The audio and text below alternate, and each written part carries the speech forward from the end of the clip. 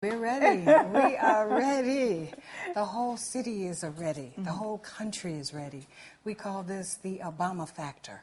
We have done cleaning up and we have really prepared for our president. Can you tell me about what you're wearing? I mean, is this cloth that was made especially for his visit? Yes, it was. It's a cloth, it's a showcase, and it's called Africans for Obama. And we had it during the campaign. So we wore it all over and we were President Obama, and we encouraged all the diasporians in America who could vote to get out and vote. This is the first and only Africa Union diaspora mission in the world. Our role is to encourage diaspora participation in the development of Africa. And you're American? Yes. How long have you been here? I've lived in Ghana for 8 years. I've been in and out of Africa for 30 years. So most of my adult life, I've been in Africa. So what inspired you to move here and to do the work that you're doing? It's a calling. It really, really is. I believe that this is part of my destiny. I really believe that in order for Africa to move forward, it's going to be those of us in the diaspora, in America, Brazil, all of us, and we're not necessarily saying all of us come back, but we're saying all of us look back. There's something everybody can do. So this is kind of like a gift shop that is supporting the work that you're doing. It is a gift shop. Okay. It is a gift shop, and we have things from all over. We have things from Kenya, we have things from Tanzania, we have things from all over Africa. Ghana has really become a real tourist hub, and specifically for African Americans. There's a warmth here. There's a hospitality. I'm sure you've felt it already. Yeah, Ghanaians are very warm and hospitable people. And so when African Americans come, they feel that. And it's a spirit. It really is a spirit, and you feel it. President and Mrs. Barack Obama, they are the hopes and dreams of our ancestors. And that's what we say here. We are the hopes and dreams of our ancestors. And they really are. Our ancestors died so that he could become president of the United States. And so we're all just elated and happy.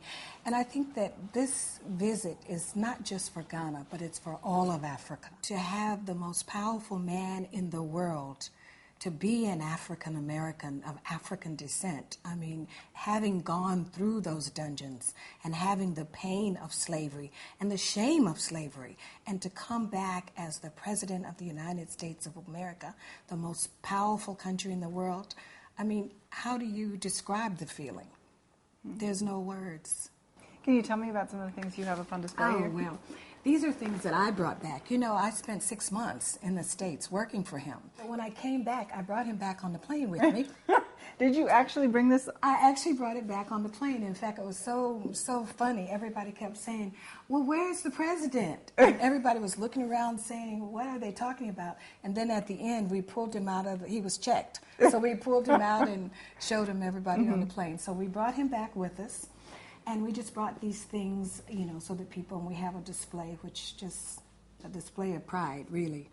And we had lots more, and everybody's bought them. Really? Oh, yeah. This was our really big hit. So this is our Sankofa wall. Okay. Sankofa means come back. Okay. Come back to your roots. And so we have named this wall the Sankofa wall because it is a memorial wall to our ancestors and loved ones. It says we are the hopes and dreams of our ancestors, and these are our ancestors.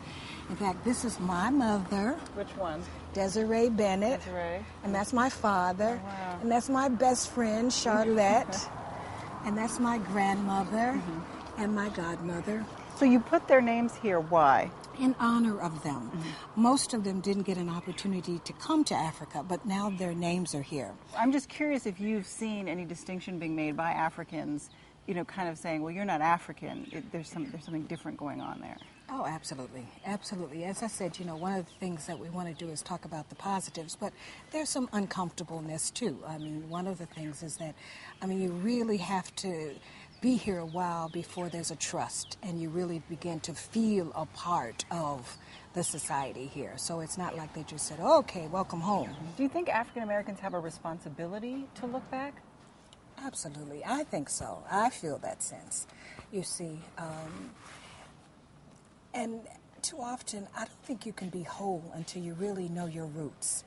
You know, in terms of confidence as a woman, I really acquired that in terms of my coming back and forth to Africa, because I see who we are, kings and queens and people of tremendous power. And I think so I do feel a sense of responsibility when it comes to Africa, very much so.